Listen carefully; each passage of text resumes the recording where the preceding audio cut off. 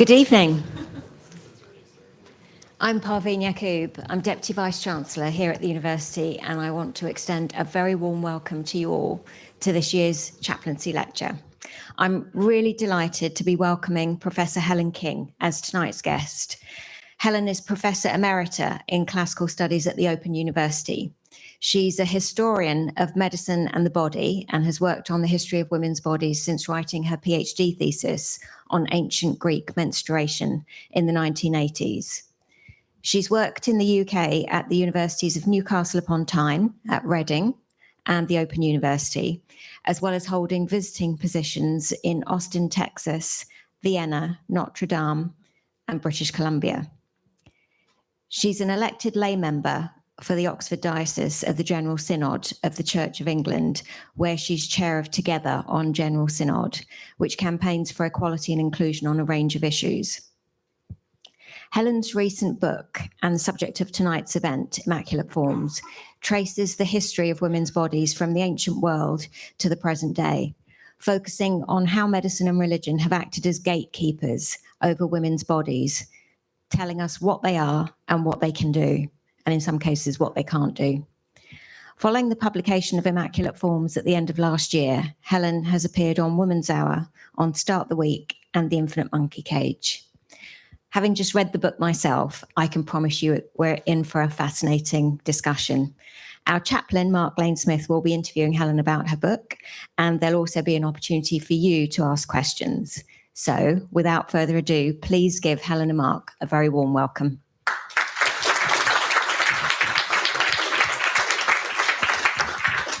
Delighted to have you all here, and welcome to those who are watching online and indeed who are watching the recording of this. It's a great book. I spent the last couple of weeks reading it. Massive amounts of research has gone into it, hasn't it? Yeah, it has been quite a lot of work. Understatement. It took about 7 years, I suppose, but I was interrupted by the pandemic, because in the pandemic, some people were able to write lots and some people just stopped, and I was in the latter category. I just couldn't focus at all. So there was a bit of a pause, but that's okay. You go back to it, you think, that was rubbish, you rewrite. What was the origin of wanting to write this book? I suppose I'd always really wanted to write a book for a general audience, because it's all very well, you write an academic book and about 5 people read it, you know, and somewhere 2 years down the line, you get one book review by someone who allegedly read it, and by then you've sort of forgotten what it was about anyway. So I wanted to get it to a general audience, just because this is something we need to know about. You know, bodies have histories. We tend to think, oh, it's all the same. You know, the body, it's just completely constant throughout time. It doesn't work like that because of the different ways people interpret bodies. So I was really excited when I got an approach from Profile Books to say, would I write a history of the female body? At that point, I was working full-time still. I was at the Open University. I was head of department, and that is obviously a lot of work. And I said, no, I can't possibly. And then I retired. And I thought, okay, maybe next time they ask if they do, and they did. So that's when it all started. So you've already kind of given a hint. You are a historian, I guess, who's interested in the way things were different. You want to historicize things because we assume that they've always been thus. Yes, so it's in between difference and similarity, isn't it? So if you think about men's bodies, women's bodies, what you think is a man, what you think is a woman, you can focus on the differences and say, oh, therefore women can't do this because they aren't like that. Or you can focus on the similarities and say, well, we're all human. You know, there's a few minor differences between people, whether they identify as male or female or non-binary. There are differences, but they don't really matter. We're all human.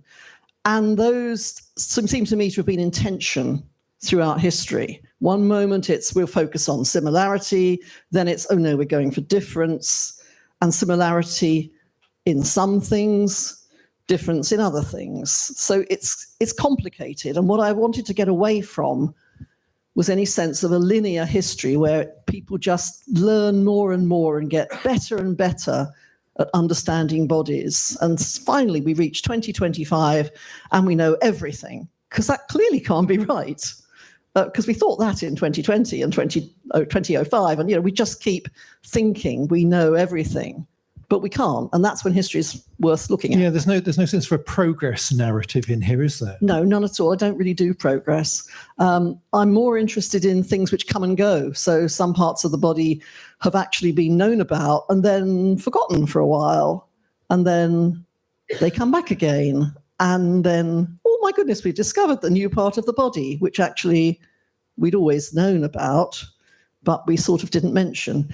And is it wanting to remind us of that's a driving force?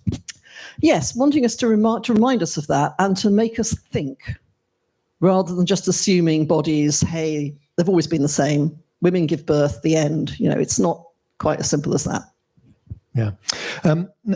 Perhaps rather less so today, but through much of history of the last 2,000 years, 3 female figures have operated as sort of normative figures.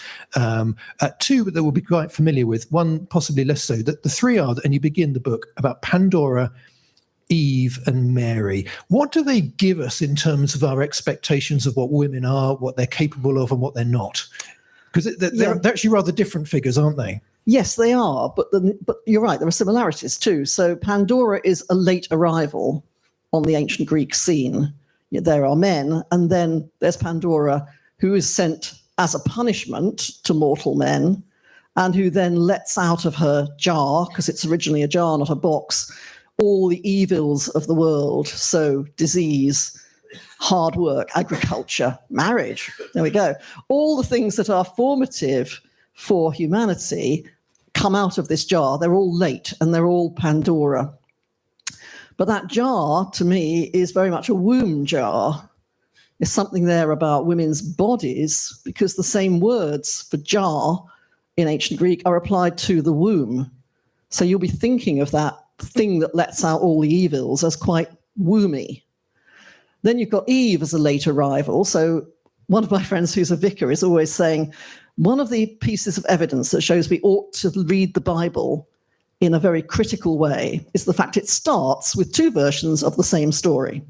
There's a clue. You've got to read it carefully. 2 creation narratives. If this comes as a surprise, yes. Go read a Bible. 2 creation narratives. So Genesis, you start with the one day at a time, on the first day, on the second day, on the 7th day, God rests. So all of creation is one day at a time, and humans come at the end of it. And then immediately you've got the other version in which Adam is created, and then Eve is created from his body by taking out a rib and shaping it. So you've got 2 stories, but in the second one, women are a late arrival, like Pandora. And then you've got Mary, whose body is really not there somehow. There's bits of it that get discussed, and I don't know whether we want to talk about that now or... We'll come on to that. We'll come on to that. There's bits of her body that get discussed, but she's also a model for good behavior in women in a way that Pandora, with too much curiosity, and Eve, too much curiosity, are models for bad women. So you've got these women sort of interacting in people's minds, because remember, for most of European history, the Bible and the ancient Greek classics are both authoritative, and you try to merge them together to make some sort of sense of it. And Pandora's jar, Eve's womb, and Mary's womb, they become the sort of spectrum in which we conjure stories about good and evil. Good and evil and women's bodies. Yeah, which is sort of, for thousands of years, several thousand years, we've been inhabiting those stories in a way that we might have forgotten. You talk about theology and medicine as being the gatekeepers to women's bodies. And you might want to say a little bit more about that, but I particularly wanted, I was interested in you give an example about anesthesia. I heard you talking about that on the radio. Yep. In what sense have theology and medicine been the gatekeepers of women's bodies? There's something about medicine which is about natural. This is natural. This is just who you are, how your body is. You can't argue with it. And there's something in the Bible, with the Bible too, with theology, to say that is just how you are created. You can't argue. And the anesthesia example is that in the 19th century, when anesthesia was being developed for childbirth, there was a debate amongst medical men, of course it was men, about whether you could use anesthesia in childbirth. could you relieve the pain of childbirth? And the answer was, well, maybe, but maybe not. So some people would cite the Bible and say, it says in Genesis that when Eve was expelled with Adam from the Garden of Eden after eating the apple, the forbidden fruit, that God said, in pain you shall give birth. Therefore, you can't relieve pain in birth because it says in the Bible that Eve has to give pain in birth. But then they managed to give that a medical look by saying, yes, though those pains are actually helpful for getting the baby out. So you sort of merge the theological argument with the medical argument in a way that is not great if you're a woman in severe pain giving birth. You get the point. And I think it was Victoria. Yes, Victoria did indeed, Queen Victoria did indeed use pain relief in childbirth, which kind of changed the whole thing. All you need is one member of the royal family, and who cares about religion and medicine? We're not amused by this pain. You talk, again, near the beginning of the book about intersex conditions and also trans identities, and we'll come onto that a bit later. You had a really nice rereading of the Christian model of God making humans as male and female, and how the wording there is not quite how people treat it. And for me, that was money worthwhile just for that idea. Could you just unpack that? Of course. Because sometimes conservative voices say, well, here's a normative thing, male and female, end of story. Well, I owe a lot here to my friend Alex Clare Young, who's a trans man, and who drew my attention to theological material suggesting that actually this is not binaries, it's a spectrum. So you don't talk about day, night. There's also dusk and there's dawn. There's things in between. You don't talk about sea and land. There's the coast, which is sort of in between. And just because you talk about the two extremes doesn't mean you're not including everything in between. So that seemed to me really helpful for thinking about being created male and female.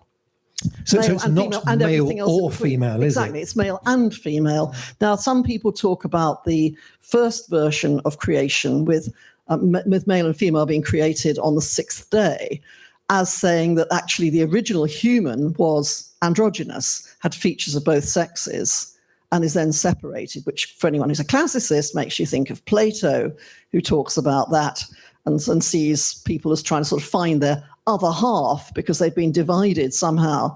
And then later on they have to try and find their other half and reconnect with them, which is interesting because it's the classics being used alongside the Bible. But I think that point about it's not either or, but to say male and female is including everything in between is actually really helpful. And I owe that comment to a trans man. Thank you. Just also by way of background before we get into looking at some specific body parts, a bit about medicine. It seems blindingly obvious to us today that if we want to understand a human body, we cut it open. Yes. Could you just remind us why that is not such a blindingly obvious thing? Okay, so people assume the history of human dissection goes back a really long way, and it does, but again, it's not progressive, it's not linear. So there's a point in the 3rd century BCE in Alexandria in Egypt where Greek doctors working there start to dissect people to find out how they tick. And the people they dissect are not just any people, but appear to be people who are prisoners, people who are native Egyptians rather than Greeks. So there's already something rather scarily Nazi about how you use people you don't think are quite as human as you are to find out knowledge about the body. Oh, that's interesting. So it's not linked to mummification. No, well, the mummification things are very interesting because people assume, well, the Egyptians knew all about bodies because of mummification. But when you mummify a body, in ancient Egyptian terms, you sort of pull things out. You pull the brain out through the nose, is the classic one. Right. You're preparing the body. You're not actually studying what comes out. So there's this bit in 3rd century BC where human dissection is carried out, and then it gets dropped again. It's not seen as such a great idea. So why not? Well, one argument that the ancient Greeks and Romans put forward was there's no point studying dead bodies if you want to do medicine because they're not alive. You want to study live bodies to understand how things work. Now, that then leads to claims in the ancient sources that these people who did human dissection in the 3rd century also did vivisection of people. We don't know whether that's just an evil rumor put around or whether they did. We just don't know. But you can see the argument, why study the dead to learn how the living work? So nothing really happens. And then somewhere in maybe the 13th, 14th century, dissection begins again, but it begins in a religious context.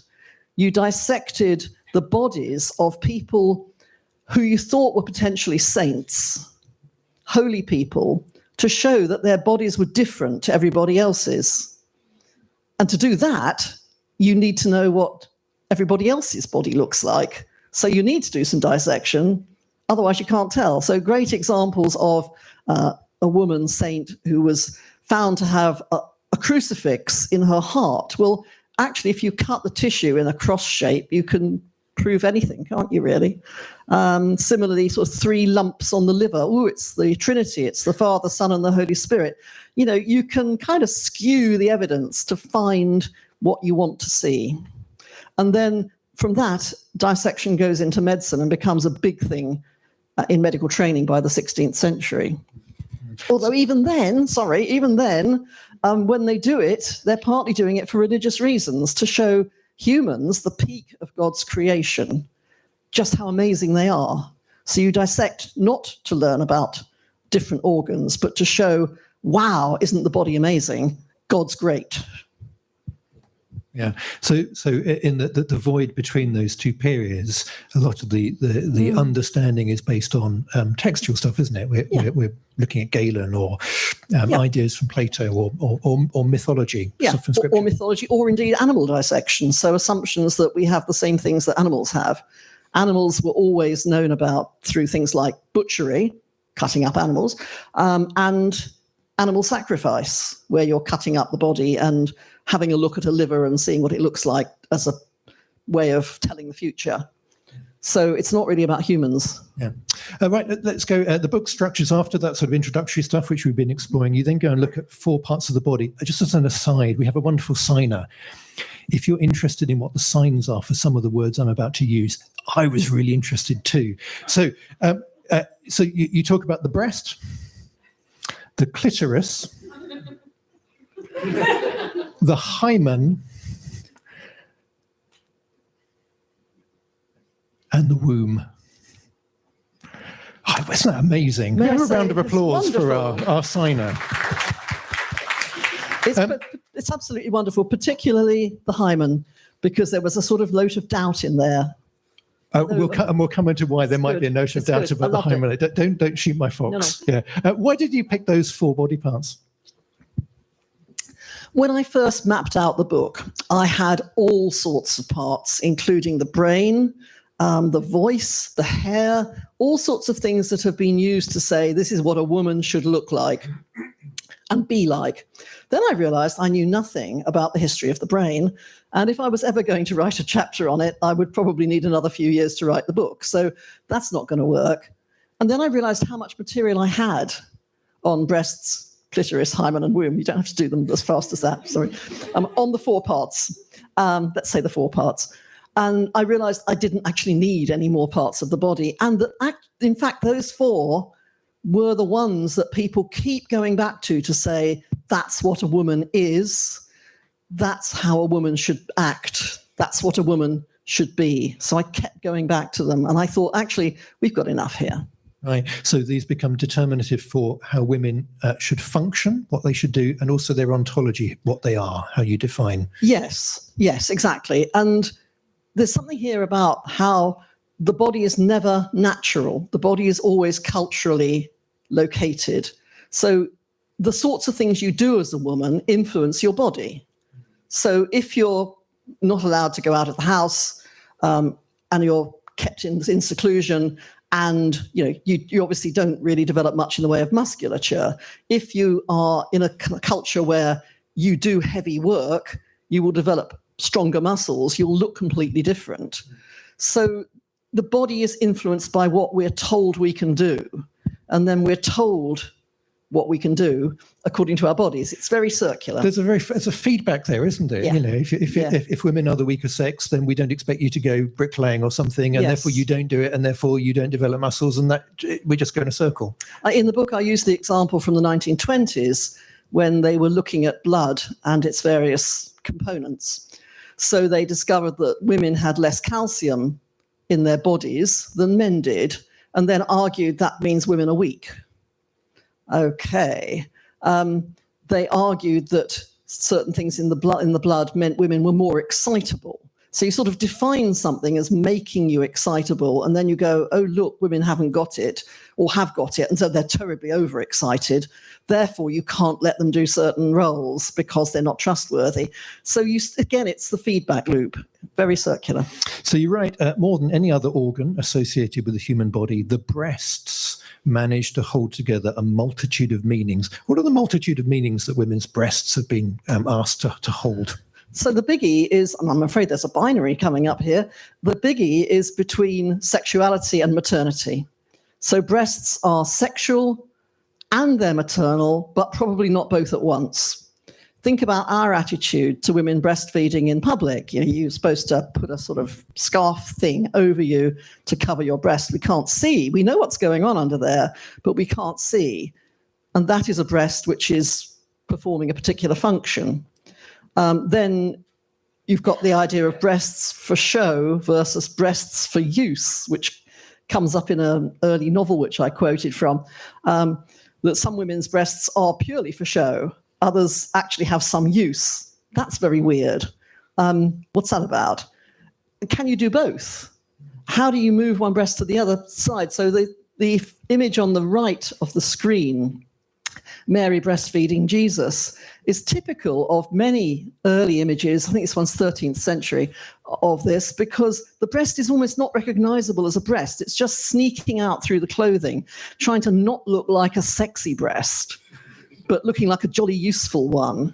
And you know, if you look at the differences in the way breasts are shown in art, sometimes they're very spherical and amazingly big, and sort others of they're tiny. half cannonballs, aren't they? Yeah, exactly, cannonballs. And sometimes they're just sort of sneaking out because we don't really want to think about the potential sexuality of that breast. So there's a really fine balancing line between those two. You do mention aside, you say, I'll quote you, you said, today there does seem to be an increased reluctance to embrace the dual meaning of the breast as both erotic and maternal. I think you suggest it's sort of, it's increasingly an erotic thing. Yeah. Is that to do with contraception? You know, we just see fewer breasts than breastfeeding. It's less visual than it would be if a woman had 9 children. Yeah, certainly it's a bit of a thing. I mean, even on the General Synod of the Church of England, there's big issues about where you breastfeed. So I don't have any potential problem here with a woman feeding in the communal tea room if she wants to. You know, nobody has to. But there's a lot of unease amongst certain members of General Synod with breastfeeding, and therefore there's a little room where you can go to breastfeed. And last time we met in London, one of the women who was feeding her baby during the meeting said the problem with this room, it was also the sort of breakout room for members of the security staff who are largely male to come in for a quick cup of tea. So she didn't. It's the nourishment room, Helen. It's the nourishment room. So she didn't feel quite sort of comfortable with total strangers walking in on her, as she would have done feeding in the tea room with people that she's met before. So it's a bit, we're still not really sure about breastfeeding, which is crazy. Now, there's some really interesting and somewhat weird stuff in which, in the past, menstrual blood was linked to lactation. Yes. Very briefly, could you just tell us a little bit about that? Okay, so this is ancient Greek medicine. Menstrual blood becomes breast milk. It's heated in the body, according to the ancient Greek medical thing. It's heated in the body, and when it gets a bit warmer, it becomes breast milk. If you're a man, you can heat it even more, and it becomes semen, which is obviously the most superior fluid possible. But women are not hot enough to make semen, but they can make breast milk. Men who are not really hot enough to make semen might make breast milk, so men breastfeeding becomes a possibility. Now, once you start to take this into a religious world of Christianity, you are in big, complicated trouble, because Mary feeds Jesus, as seen there. Mary can produce breast milk, so she must have got menstrual blood to make the breast milk out of. But funnily enough, we never hear about her period problems. Probably didn't have any. She was probably perfect. So Jesus takes Mary's blood into his body through breast milk, plus ancient Greek thoughts. He was made of her blood in the womb. The material aspect of the baby comes from the blood. So, great moment for the baby to arrive there. Excellent. Always nice to have a baby at this point. So the blood becomes milk, and also the blood has become Jesus' flesh. Then you get to Holy Communion, the Eucharist, the Mass, where believers take the blood of Christ in the form of wine, which has become the blood of Christ. So we are sort of taking the blood of Christ that was made from the milk of Mary, that was made from the blood of Mary. Woo.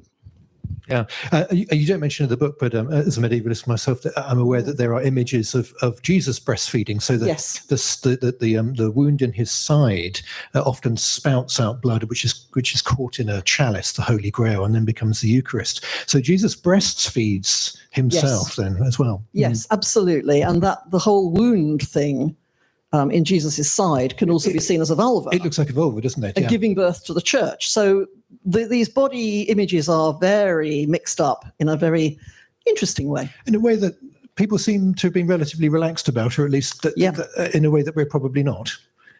Yes, I think so. The sort of big images of Jesus as having breasts and as giving birth to the church tend to be, I think, associated with medieval women and women mystics having visions of this. It was acceptable then in a way it's not seen as acceptable later on. Right, let's move on to the clitoris. Joke for you. I love the jokes, actually. Good, he likes what do a clitoris, an anniversary, and a toilet have in common? Men always miss them. Yeah, I have very few jokes in the book. I have some subtle moments where you can feel my eyebrow raising. I tend not to actually quote jokes, but that's so appropriate. It's the largest chapter in the book. It's over 90 pages, I think. And the central theme really is that that there has been a sort of gradual discovery that the clitoris is not this sort of pea-sized thing of a woman's anatomy, but that actually it's much, much larger, which I think there's a sort of modern myth that we've only just discovered that, and you then take that apart too.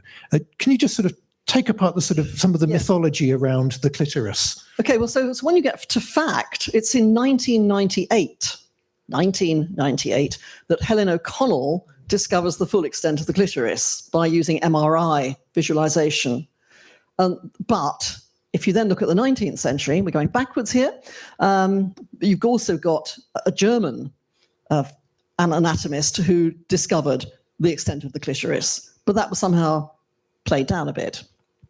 Go back even further, 1559. I'm very bad at dates, but I always remember that one. It's the one when Realdo Colombo is supposed to have discovered the clitoris. Wow. Colombo, and of course, Columbus discovery, you're thinking this is just too much of a coincidence, really. But anyway, he's supposed to have discovered it, and he describes, I remember when I was at Reading, taking students doing my medical history option over to the library, to the rare books bit, and we'd actually get out their copy of Realdo Colombo and sort of worship the page on which he claims he's discovered the clitoris.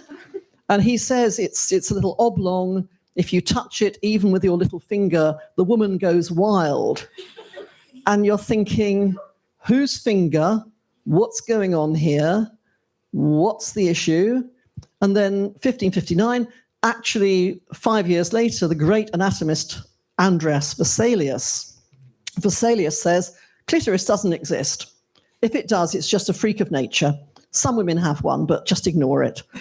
So even then, it's not a certainty. But then if you go back further, you will find all sorts of references to the clitoris in medical texts, all the way back to the ancient Greek world. Why is this organ constantly being rediscovered and we think we've forgotten it? It's quite extraordinary.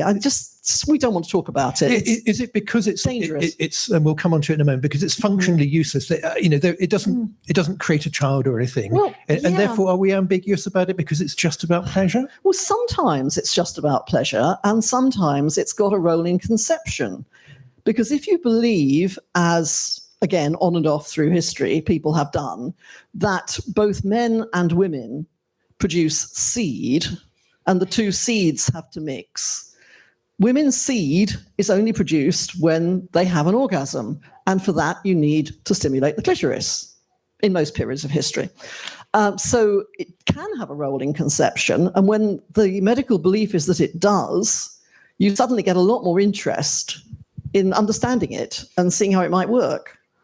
So it's one of those things where it's not linear, and it depends on other sorts of belief that you have about the body. Yeah, and there's a bit of a sort of the othering of the past. We're enlightened now, and they didn't know that. I guess thrown in the mix as well. Yeah.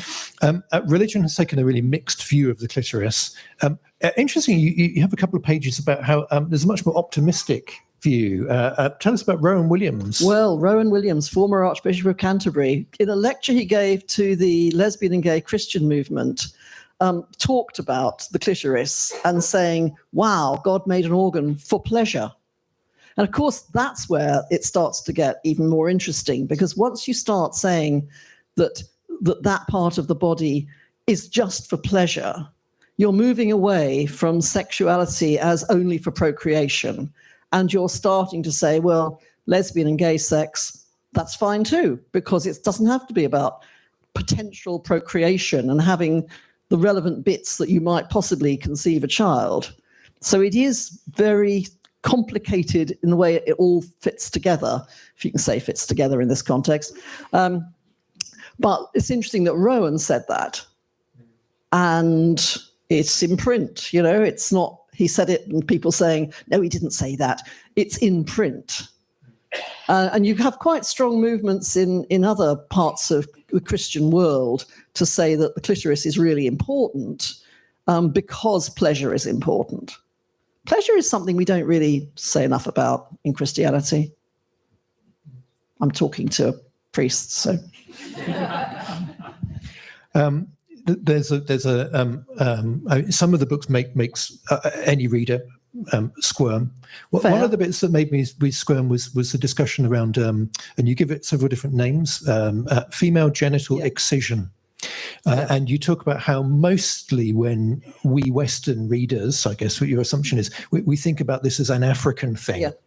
And one of the ways in which you want to historicize these issues are to point out that actually our own culture too has done some really peculiar, if not rather disgusting things around surgery. Do you want to say a bit more? Yeah, sure. So I'm particularly interested in the 1850s and 1860s when a surgeon called Isaac Baker Brown decided that the cure for almost any disease in women, including the disease of not much liking your husband, or seeking a divorce, because this is in the context of the Matrimonial Causes Act that allowed divorce for the first time. He argued that the answer to make women behave properly, according to what his society thought properly was to have their clitoris removed. And the clitoris was the focus of sort of all the bad stuff about women. And so he set up a surgical home in London, and he advertised in the Church Times that any local vicar who had problems with any women in their congregation might like to send them along, and he would sort them out. And the Archbishops of Canterbury and York agreed to be patrons of his home. So he had a whole list of patrons, including lords and ladies of the realm, and also clerics. He had a chaplain who would come and talk to you before you had your clitoris removed. And he claimed all sorts of successes. There was a particularly chilling one for me, where he said that after the operation, this young woman was able to read her Bible, clearly a marker of success, and obtained a position in service. There's another one when he talks about how she was able to walk around Westminster Abbey after this operation. And you think, really? What on earth is going on there? Now, he was stopped, but he wasn't stopped because of what he was doing. He was stopped because he was not getting the permission of the fathers or the husbands of the women on whom he operated on.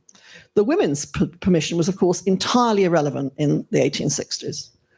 So I found that a really chilling example of how in the West we have done surgeries that we would not regard as having any rationale, any reason behind them at all now.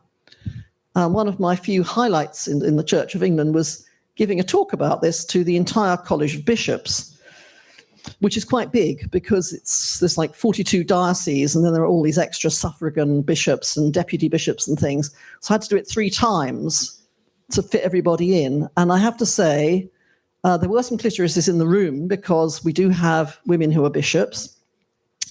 But the general feeling was sort of, oh, good, she's going to tell us about how other parts of the world are dreadful. And in fact, I'm saying, we've done this. Let's not blame other cultures here. Lots of other cultures, there are good moves against this, against cutting, and communities who are trying to stop it within their community. But actually, we did it too, and the Church of England supported it.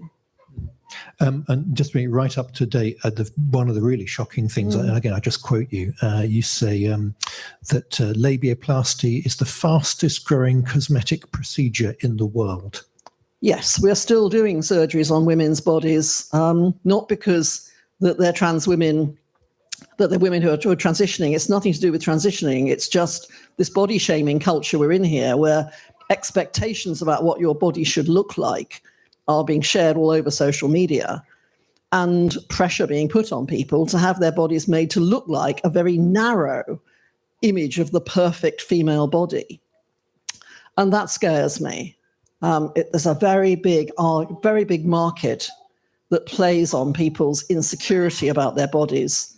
But then we don't talk about bodies, so how are we ever going to be secure about them? Let's move from the clitoris, which keeps on getting rediscovered and being forgotten, to the hymen, which was big business, really, really important. But now we're sort of, does it even exist? Yeah, one of the reactions I've had to this book from some general readers was people saying, I got to the end of the chapter on the hymen and I still don't know whether it exists or not. But that's the point. Does it exist? Some women clearly have a very seriously strong membrane, which requires breaking. There is a condition called imperforate hymen, where the hymen doesn't break without surgery. But some women clearly have nothing, or something so very thin that you don't notice it. Yet, for much of human history, there's been this obsession with the thing must be broken and it somehow makes you into a woman when you weren't one before. And this is the work of a man. And only a man can do that. One of the questions I ask in the book is there a lesbian hymen? You know, because you've had sex with a woman. Hymen? We won't go into too much detail there. But it's a question because the idea that you can only become a woman if you've had your hymen broken is quite weird. Quite weird. One particular woman whom there's ambiguity about her hymen was the Virgin Mary. Well, yes, the Virgin Mary. So there's a long history with the Virgin Mary of arguing that her hymen was never broken. Even when Jesus was born, he somehow managed to slip out without breaking it. So how does the conception happen? Well, the conception, of course, doesn't happen through the vagina. It happens through her ear. Let's just pause. Let's pause. Okay, which could be because she hears the word of God. It's the word of God. Word, and how do you receive ear. Hear? So, yeah, or she sees something and she somehow conceives through the eye, but she certainly can't conceive through the vagina because we don't like vaginas. Historically, we don't like them at all. They're weird. Women have them. We don't like women's bodies. That's the message, I think. So therefore, she doesn't conceive through the vagina, but she doesn't give birth. She does give birth through the vagina. It's not a cesarean section, but somehow she does it without breaking the hymen because she's got to be pure, because having a hymen makes you pure. Okay, so there are medieval texts that talk about about Jesus leaving the castle without the gate being opened. Nudge, nudge. So somehow the Virgin Mary's hymen, although we don't really talk about it as such, becomes a focus. And then you've got the problem of the medieval legends of the midwife Salome. I'm glad you're going to tell this story. Go on, off you go. Okay, so Salome is supposedly supposed to check the virginity of the Virgin Mary. Now, the tricky bit with this is even medical texts from the ancient world, when they do talk about hymens, which isn't always, talk about how the problem is if you're testing for it, you might break it in the process. So by testing it, you're losing the thing that you were supposed to be saying was there. Interesting, complicated, impossible. So therefore, Salome is supposed to somehow inspect the Virgin Mary, and her hand withers because she dared to check. And then Jesus makes it whole again. So this is a kind of, for those who are familiar with the resurrection stories, it's sort of doubting Thomas. Jesus says, yes. put your hand in my side. Here. Don't doubt. So he puts his hand in the sort of the vagina-shaped wound in Jesus' side. Yes. And later there was this myth, the legend, yes. that Salome does the opposite with Mary. Yeah, exactly. So it's clearly supposed to make you think of the doubting Thomas story, which is earlier. But of course, she shouldn't have doubted. Therefore, her hand is withered. But Jesus cures it. That's all right. We're going to have Q&A in a moment. We're just going to ask her a few more questions. I hope there's sort of storing up weirdness that you can say, did you really say that? We can talk a little bit about the womb. Again, like the breast, two opposite images. And you mentioned it's either miracle organ or a really distasteful image that it's a sewer. Yes, and of course, sewers are not necessarily as distasteful as we think of them, because it's a lot better to have a sewer to get rid of your city's waste than just have it piling up in the streets. So sewers can be good, but the idea there is that somehow what's coming through the womb, so menstruation and the fluids after childbirth, are somehow unclean. But at the same time, from the ancient Greeks onwards, there's the idea that the womb is the perfect organ. It can hold, it can expel, it can grow, it can do all sorts of things, and therefore it's wonderful. And yet, at the same time, it's horrible. And that's the big paradox of the womb. It's both. And it gets taken up in religious imagery. So we've got sort of two lovely glass crystal wombs here between Mary and Elizabeth. Yes, so when Mary and Elizabeth meet in the Bible, the children in their womb, John the Baptist and Jesus, sort of leap with joy and recognize each other. And there are some stories of the Virgin Mary's womb that talk about it as being glass and crystal, and therefore gorgeous. So not a dark, wet, messy kind of place. Not one of those dark, wet, nasty cave things that other wombs are. Or not like Pandora's jug. Absolutely, absolutely. So the womb is both. You have to have the womb, but you can try and make the Virgin Mary's womb look a lot better than normal women's wombs, because you don't want normal women to think they're all right, do you?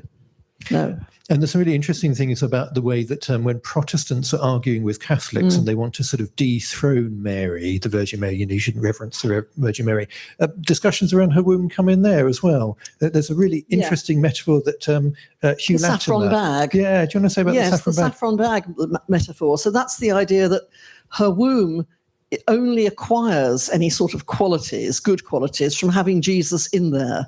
Like if you store a spice in a bag, the bag takes on the smell of the spice.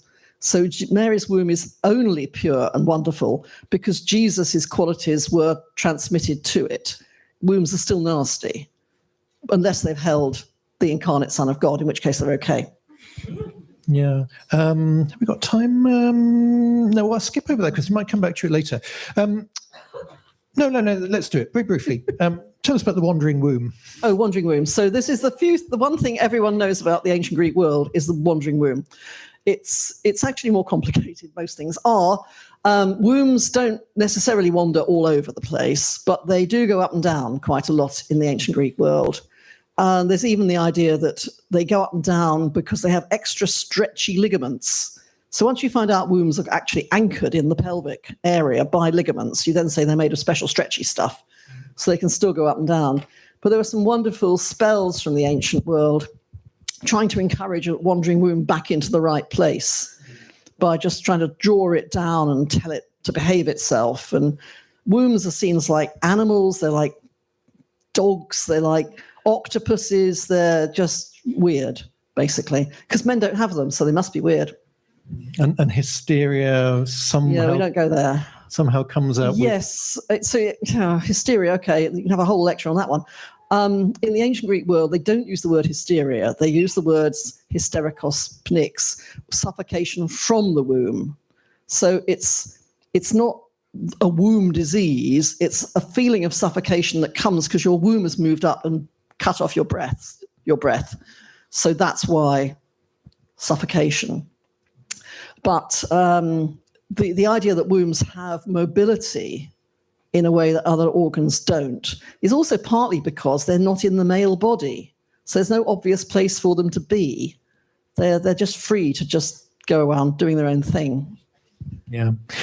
So a lot of the book is about, as it were, problematizing what we assume is normal. We are living through times where we are puzzling about what is normatively female and not. We just had a judgment at the Supreme Court. Oh, yes. So what would a historian want to say about what's going on? How would you equip us to think about this stuff? This is obviously a huge question. I personally would say that what's going on here is not different from what's happened in the history of the body. That it's never been really obvious from anything that this is a man, this is a woman. So even things like breasts, men have breast tissue. I have stories in the book about men who produce breast milk in the 17th and 18th centuries, including one who makes his own cheese from it. Men can produce milk. Therefore, you can't say, women's breasts, only women have breasts. Not as simple as that. Wombs are different because there is no obvious analog in the male body for the womb. Clitoris, however, one of the things I talk about in the book is the clitoris-penis connection, because you can release the tissue around a clitoris to make it look larger, and it's an erectile tissue like a penis, so is it that different? What happens if you say, the penis is a very small clitoris, rather than saying, the penis is a very large clitoris, rather than saying the clitoris is like a small penis? There's something about the way we use language here that we try to make men look normal and women not.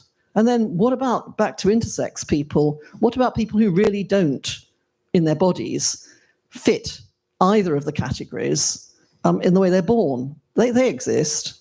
So is it much of a leap from that to say that there are also individuals who may have the relevant parts, some of them, all of them, but don't feel that is their sex? And personally, I think trans women are women and trans men are men. And I can't really understand why this obsession with who's in the toilet has suddenly come up. I have never had an issue with who's in the toilet. And frankly, if trans people, whether they're trans men or trans women, feel safer in the ladies' toilet, I would really rather they were there. So this is obviously really sort of, it's a topic that many of us sort of struggle with and we feel uncomfortable about. How would you respond to a kind of what might be another sort of liberal response, which would actually just to push the idea that, there aren't binaries, there's a spectrum, and that actually we should be encouraging multiple identities rather than sort of simply moving one group of people from one identity to another. Would it be more helpful actually if we allowed the human race to be really messy? I would like to see that. I think the spectrum image has been there from the ancient Greeks onwards. One of the other theories of gender and sex identity in the ancient world is to say there is a spectrum that from the girly girl to the manly man, and people are somewhere along that, and some of them are in the middle and have features of both, and that's not a problem. And it can be described in medical terms as depends on how much of the seed, that's that female seed theory again, how much of the seed comes from the male partner, how much from the female partner in sex, or it can be where the seed lands in the womb. So there are some great medieval images where the womb has 7 sections from girly girl to manly male. And depending on where your seed lands, that's what you end up with as your identity. That seems to me a lot closer to the reality. People might want to ask more questions about that. Just finish on some theology then. You say right at the end, again, this is a quote, Christianity has never lived up to what it promised in terms of a positive view of human bodies in general. What do you mean by that, and what might help it to live up? What would you like to see? Yeah, it's the incarnation thing, isn't it? The basic premise of Christianity is that God became a human being.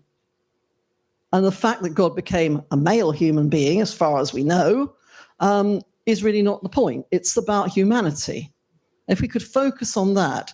The trouble is we've been stuck in so many debates, like the ordination of women debate, which has been going for all my lifetime. And we finally got to accepting that women can be priests after a lot of, well, they can't because Jesus only chose 12 men. And you thought, really? That's contextual. That's social context. And it doesn't mean that you can't have women priests. And anyway, they weren't priests. All of that. But it's back to, who actually runs the show here. Look at, we've just got a new pope. That's exciting. Look at the cardinals all marching in the Roman Catholic way as men, and then look at the nuns who were just sort of visible on the edges, but clearly really important people, but not the ones who've got the influence. They're not the ones who decide who's the Pope. Only the men get to do that.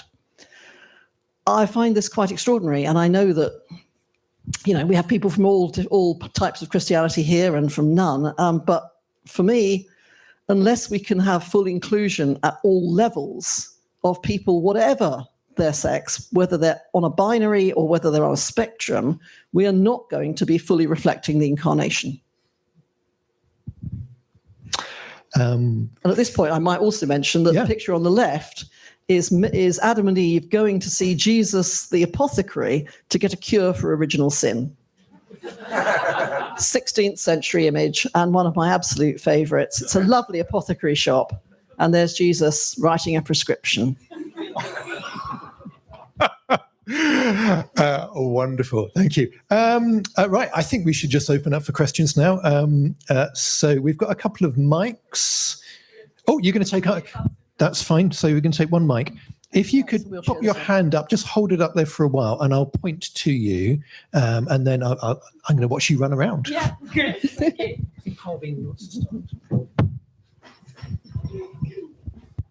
Thank you.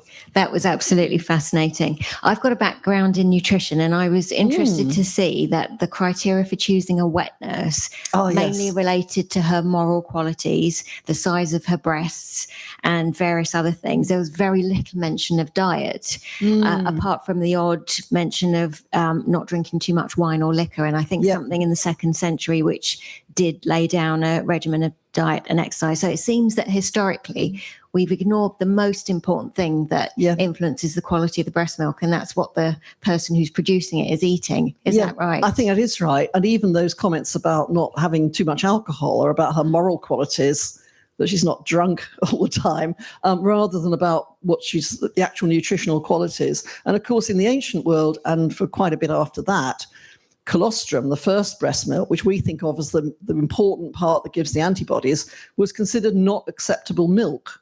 So you would bring in another woman who was suckling a baby to look after the newborn until the mother had stopped producing colostrum and had moved on to milk. So actually, the history is quite dodgy and suggests that we were probably losing quite a lot of babies along the way. But then the breast milk and wet nurse thing is so fascinating because it was the career that women could easily do. And we have examples in the book of women who were breastfeeding into their retirement years, because if you keep doing it, you keep producing. So it was something you could earn more as a wet nurse than your husband did in his job. It's actually quite a nice little earner. So, but yes, you're right. Nutritionally, it wasn't an issue. They didn't know.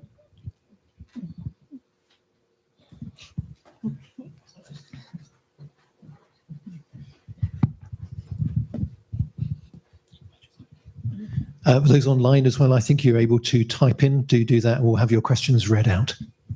Okay. Thank you. This is really interesting. I'm curious about the language of the New Testament and the kind of Greek, and whether you, so in your discussion about the hymen, I was curious about what the language was in the Greek, and whether there was any kind of symbolic importance around barriers or other kinds of terminology.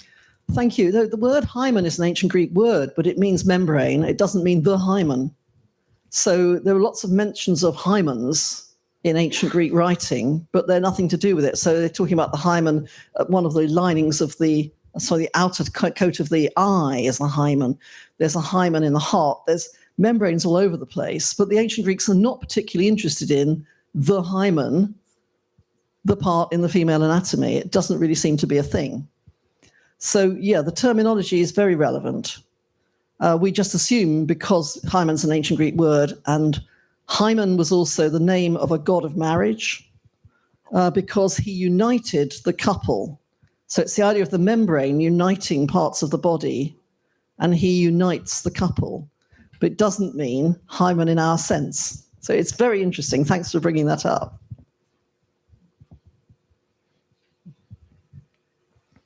Anything lurking there? Ooh. Hi, would you mind holding it? Hi, hello. So I'm a progressive Jew, and as a progressive Jew, we are broadly kind of the same as the liberal side of Christianity in terms of how we welcome the LGBTQ community, and including in terms of gender expression and gender identity. I was wondering if in your research you looked into the Jewish Talmud, because back in kind of biblical times, there was discussion amongst the rabbis about people who didn't fit into the typical gender categories, and they actually observed, they thought 7 different presentations, or as we might call them, gender identities. And I just wondered if you come across that and what your thoughts were on it. Thank you. That's really interesting. I haven't come across that, but it's interesting that you're saying 7, because that is very much the view in the medieval medical texts, that there are 7 identities. So what we're talking Talmud, what sort of period? So I'm thinking I may need to watch Mark for a nod. He's a better historian than I am. So definitely sort of kind of biblical times, the times in ancient rabbis sort of ran things for communities and in but of course, yes, Israel, but of course, a lot of early doctors in the Middle Ages were from Jewish descent. Yeah. So it's quite possible that came in through the Jewish connection, which is really interesting. Thank you.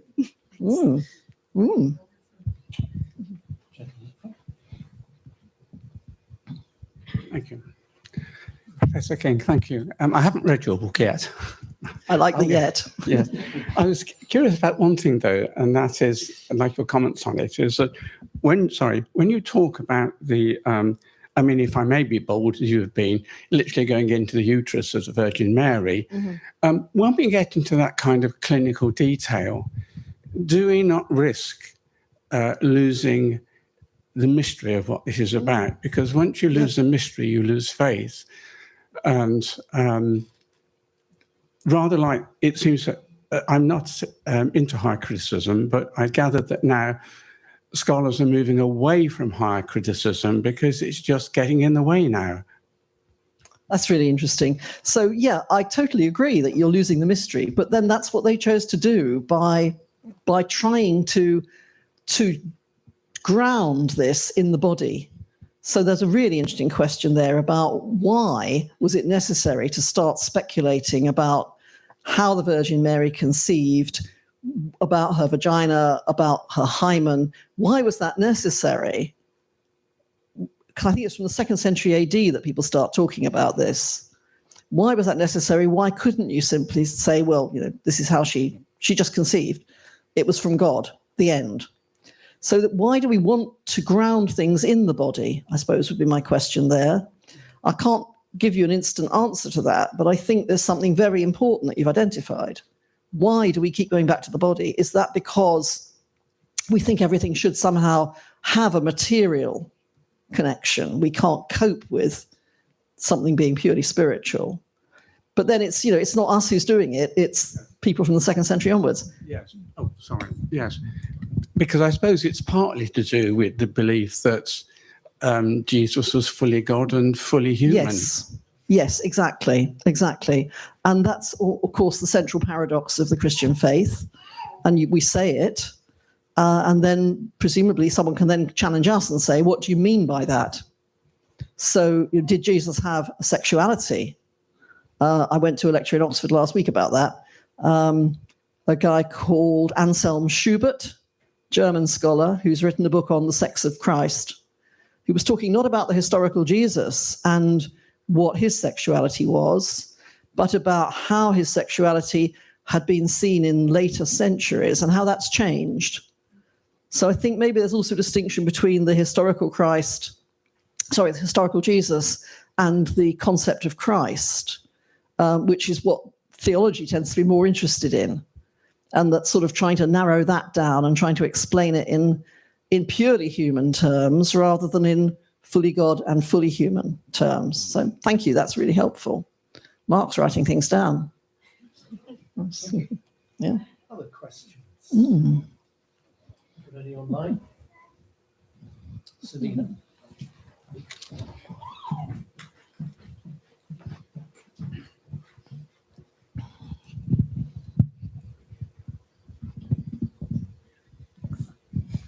Thank you very much. That was really fascinating.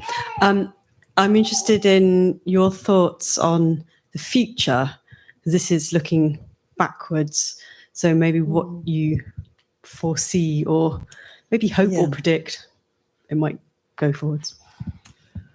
Yeah, so I do a bit of future in the book, in the conclusion, like you do. And one thing I was speculating about there was the future of the womb, because not only do we now know much more about surrogacy, which has been there since human history began, but we're much more upfront about it now, but also artificial wombs are becoming a thing. Somehow the womb, as this sort of amazing organ in a woman, is becoming a place where you grow babies and somehow detached from the female body. What does that then do for how you see bodies, if you can do things without the body? One other aspect I'm very interested in is menstrual blood. Remember, I did my PhD on ancient Greek menstruation, so always been interested in that. And there are experiments being done now to actually use menstrual blood as a diagnostic tool for lots of other diseases, like diabetes. So not just as something to do with reproduction.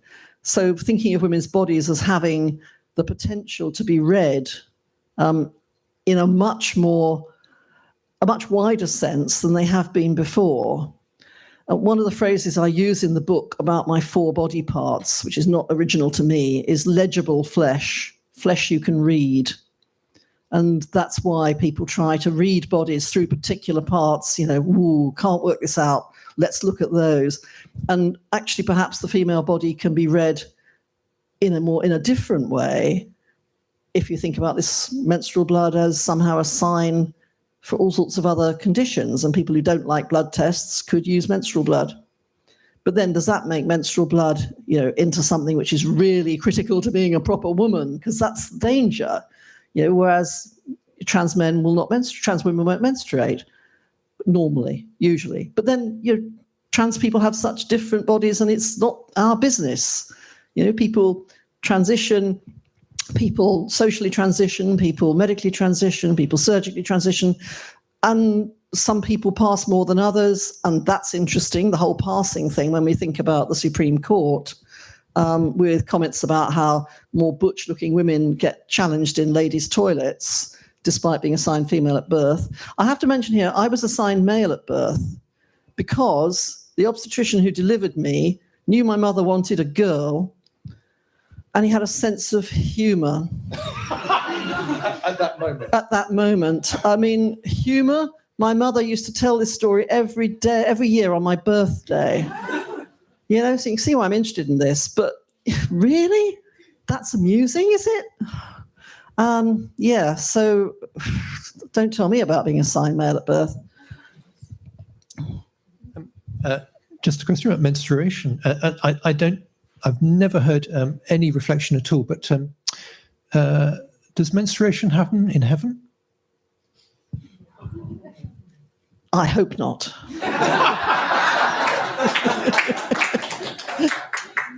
But I think that's an interesting question, because it puts its finger on the question of is this a problem with the body, or is this part of a body? Yeah, exactly so. And then how do we know that our experience of menstruation today is anything like it was in the past? So we do get references in ancient medical texts to symptoms around menstruation, so breast tenderness, for example. But we don't get a lot about really painful periods. But is that because no one asked? Because the texts are written by men? Is it because they weren't that painful? Were periods lighter in the past? But then the ancient Greek Hippocratic texts talk about how you should have a really heavy period, because they reckon that the blood comes from what you eat and drink. And as a woman, you have spongy flesh. So basic ancient Greek medicine here. Your flesh is spongier than that of a man, and therefore absorbs more fluid from your diet. Therefore, you need to menstruate to get rid of it. Otherwise, it will build up and it will cause all sorts of problems and could even kill you. Therefore, heavy periods are good. So, okay, heavy periods are great. But we don't know whether women really experience that, because we haven't got anything from them telling us. So it's that ideal, which is then very influential on the later history of Western medicine, that that's what you should be doing. So we don't know. So it's a very interesting question, because if periods are all fine and menstruation is great, then what about bodies in heaven? What happens to bodies in heaven? That's another really big question. I'm looking at you because you're the one who's ordained here, so you can answer that one. He knows everything, yeah, so you're not going to tell me, are you? No. But I think, because those sorts of questions, what everyone thinks about heaven and life after death, some people might think that's ridiculous or really important, but they come from actually really, really important questions about the value of the body. Do we fundamentally think that a human life is just a container for a person, or is my body me? And we say that we believe in the resurrection of the body in the creed. Not we believe in resurrection in a sort of vague way, but of the body. What does that mean? So again, in early Christianity, there was the argument that we'd all be resurrected as men, because obviously that's the supreme form. Remember, with sex change in the ancient world and the early modern world, it was believed you could change sex from female to male, because nature only goes towards perfection. But you could not obviously change from male to female, because that would not be natural.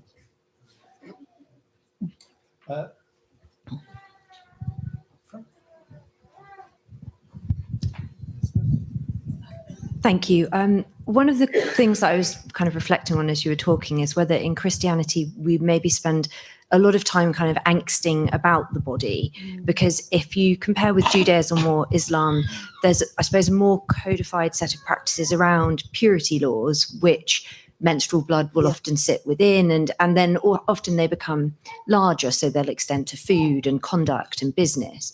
And I was wondering whether maybe the absence of those explicit pure and impure laws in Christianity means the way that kind of manifests is through policing the body, and in particularly maybe policing female bodies. Just any thoughts on that? Yeah, I think it's an excellent suggestion, because we really don't have those practices. So things like, the bath after the end of a menstrual period, for example, we don't have that. We've used to have churching of women, where after childbirth you would go to church to be purified before you could go into the congregation again. That got watered down into thanksgiving for the birth of a child, which is focusing on not the purity of the woman, but on the fact she's had survived childbirth and had a baby. So you're right, we don't police them in that way. We police them in a rather less clear way. So it's not really sure what's going on. When women were first ordained priests, I know lots of women who are priests and were ordained early on in that. One of the stories that they've told me is the one happened to, a friend of a friend, where she's about to celebrate the Eucharist. She's in the vestry where the priests get ready before the service, and the man who is celebrating the Eucharist with her says, "I've looked in your bag and you've got tampons. Are you going ahead with this when you've got a period?" Now, apart from the invasion there, it's okay, you can't celebrate the Eucharist, you can't consecrate the wine to the body and blood of Christ, you can't create the body and blood of Christ when you're menstruating. There are also bits of Christianity, I think it's Coptic Church, where you can't receive communion when you're menstruating because the blood of Christ will just go straight out of your body, and that's wrong. So there are some policing things going on there, but they're not actually helpful at all. But they are. It's a really interesting question. So I don't know any period where Christianity has had really firm rules about, when you can and can't, for example, take communion as a woman.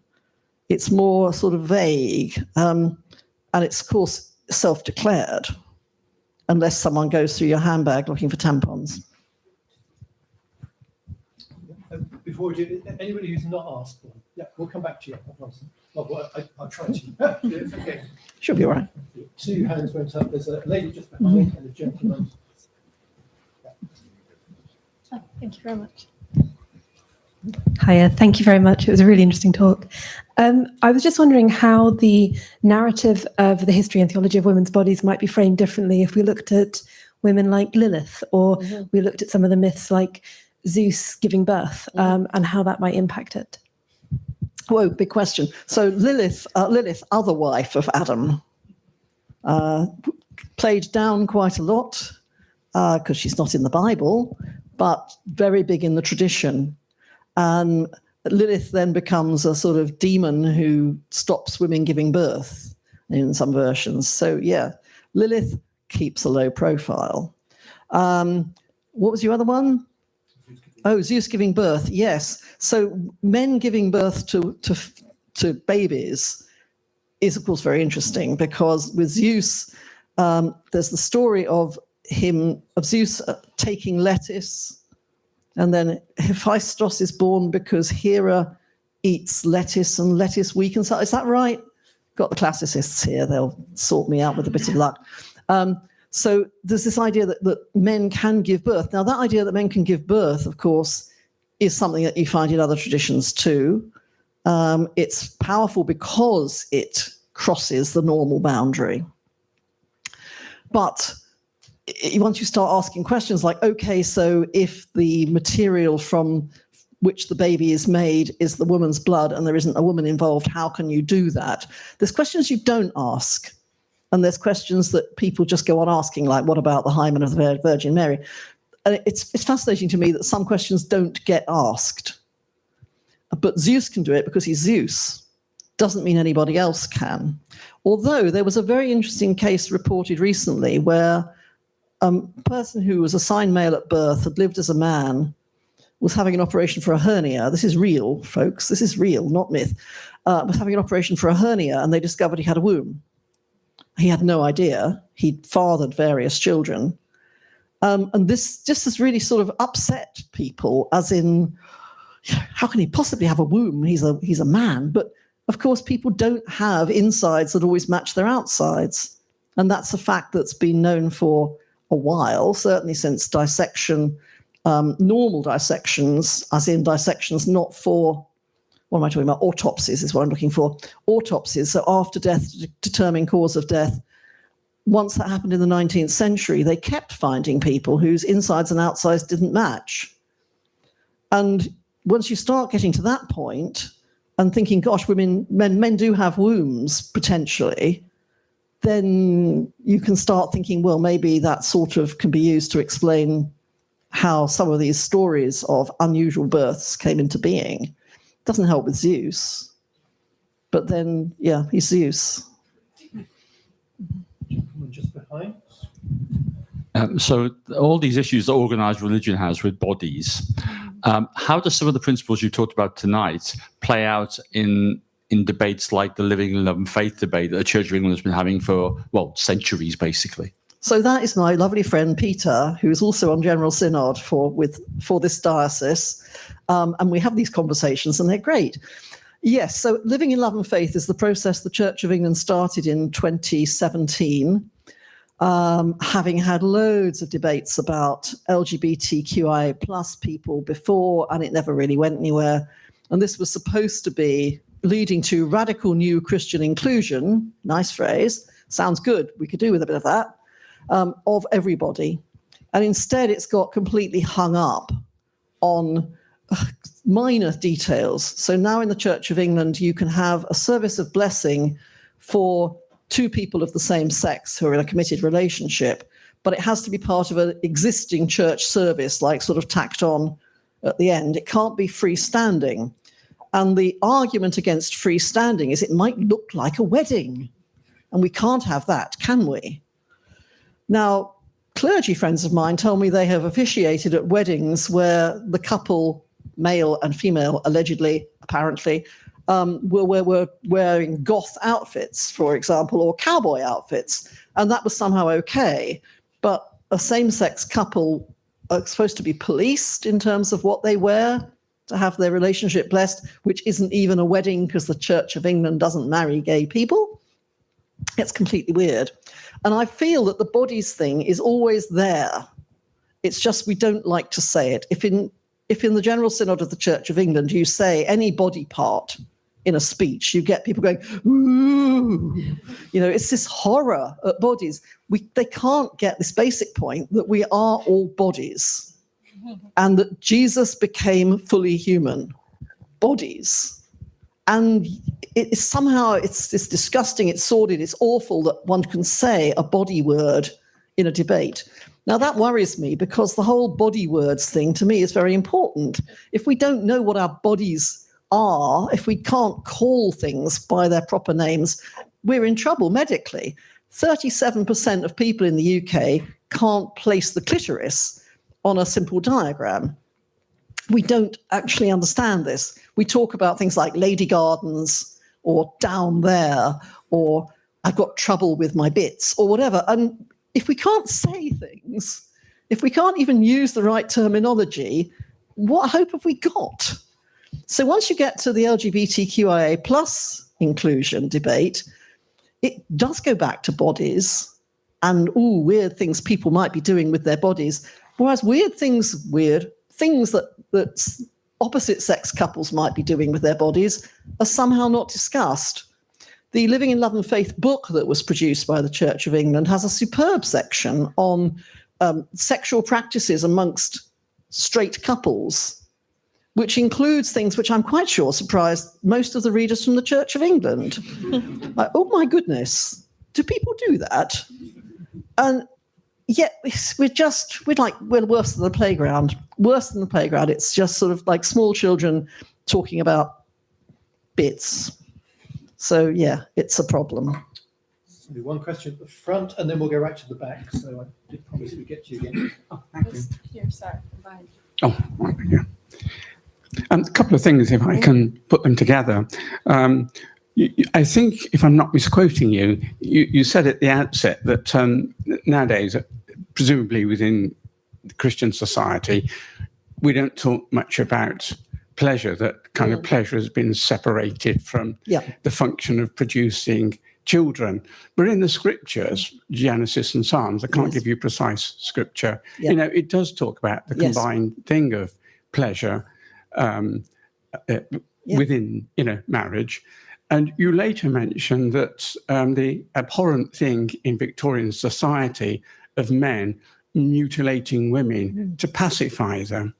But what on earth does that say about that society? Because why would you want a relationship devoid of vitality? Well, for a start, there's always the problem that the function of the clitoris has not always been understood. If you regard the clitoris as a tiny little part that's come somehow irrelevant, that's very different from the other view, which is the one we have in our society, that actually this is a very extensive body part that also wraps around the vagina. And so that vaginal sex is also involving the clitoris. And that seems to be something that hasn't really been understood. But you're right. Within the Bible, of course, you've got the Song of Songs, which is supposedly not about marriage at all, or not about bodies, but is supposed to be an allegory of Christ and the church, in which the male and the female partner become, so the male is Christ and the female partner is the church. So even there, where you've got something that talks about pleasure, it's been played down to say, oh, it's not really about people, it's about the image of the church. So even where we've got pleasure, the church has a history of trying to pretend it's about something else. I am. I'm about to lower the tone. Just Thank you, Nick. We can rely on you. yeah. Well, I'm a secondary school teacher of 8 years. This is my first teaching year I'm going back to. So one of my year 10 students thought it was really hilarious to get a tampon, get a red felt tip pen, cover it, and then throw it around the classroom. And obviously the horror fun. ensued. Yeah. But it got me thinking. The way they reacted to menstrual blood compared to blood. And I just wonder, where does the idea come from that menstrual blood is impure compared to ordinary blood? That's fascinating, isn't it? Thank you for sharing that exciting insight into secondary school teaching. So this is something which was discussed a lot in the 16th and 17th centuries. Was menstrual blood blood, or was it something else? And there was a complete division between those who said it's just like every other blood and you shouldn't get excited about it, and those who say, no, it's got some sort of bad things in it. Because we now know that menstrual blood has got other things in it, but they're not bad things. So there's always been that question. And the thing about blood is that because normally when you lose blood, it's because you're wounded and you might be going to die. Blood is really important. So the idea that women just lose it is very odd for a overall belief system where you don't lose blood. And then, of course, what you do about the blood. So your tampon story is particularly great. The Vagina Museum in London has this giant glittery tampon on the way in, which really makes you think. It's a moment. But even now, women who are menstruating, people who are menstruating, find that it's actually very difficult to admit you're menstruating. So you take your whole handbag to the toilet because you've got the tampons in it. You don't sort of leave a meeting with your tampon and leave your bag there, and because people might know you're menstruating. That level of taboo is still there. Historically, there's this extraordinary concept from the 1920s of menotoxin, menstrual toxin, the idea that that there's something really poisonous in blood, menstrual blood. And there was a guy who did an experiment on this where he had a servant girl holding a bunch of flowers and another servant girl holding a bunch of flowers, one menstruating, one not. Then he put the flowers in water, and wow, the ones held by the menstruating girl wilted more quickly. So there you go. And he argued that she was producing from her body this toxin in her blood. So the idea it's not even the blood that's the problem, the whole body is producing a toxin. That's got a long history. 1920s, not that long ago. So yeah, even there. But I do like your story, thank you. Can I throw something in? Not a tampon. Yes, which I coloured in earlier. I remember reading a while ago, hearing some anthropological discussion around saying, well, most women have this experience in their lives at a certain age of menarche, of menstruating, and that might lead them to, the argument went, to take a view of themselves and of the world as occasionally difficult. Whereas men do not have this natural obstacle. And so the argument was therefore that certain cultures might have invented circumcision and things like this to give men an experience of vulnerability, to get into their thick heads in a way that nature does not give them, the idea that they are not immortal. And I just wonder about what you think about that idea. Wow, that wasn't expecting that one. Like it. When I was studying anthropology as an undergraduate, I remember we did this book by Gilbert Lewis called The Island of Menstruating Men, which was about a society in New Guinea, I think it was, where men would, oh dear, trigger warning, men would induce an erection and hack away at it and then jump into the sea. And this was supposed to be somehow mimicking menstruation. What fascinated me was that the world divided there into the traditionalists and the more forward-looking people. Traditionalists did this with a piece of flint because that was traditional, and the more forward-looking people used a knife because that was modern. And you think, good grief, even something like that, you're somehow dividing the approaches of how to do it. But the question then is, was this seen as like menstruating? And the problem with that is that the anthropologists assume that's what's going on. It doesn't necessarily mean the people thought they were doing that. So yeah, circumcision, self-mutilation, we've had it all. We're going to bring it to a halt now. I think Parveen is going to come and wrap us up, and I'll give you a couple of notices afterwards. Mark and Helen, your conversation has absolutely captured the essence of the book. It's been fascinating. You've drawn out stories that are sometimes shocking, sometimes funny, always thought-provoking. I've really enjoyed it. I'm sure the audience have. So please give Mark and Helen a big thank you.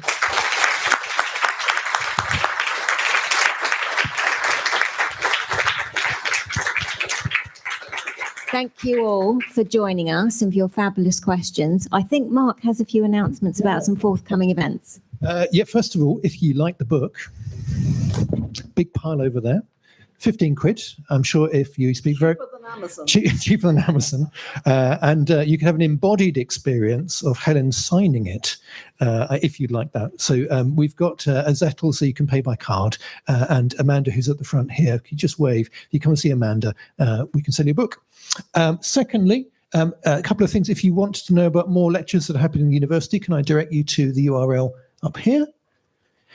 And then lastly, we have a next Cafe Theology lecture. For those of you who don't know, we do one annual public event like this, and then at other times of the year we retreat to a bar above 0 degrees in town, and we have 6 events a year. The next event that we have is about the medieval mystic Julian of Norwich.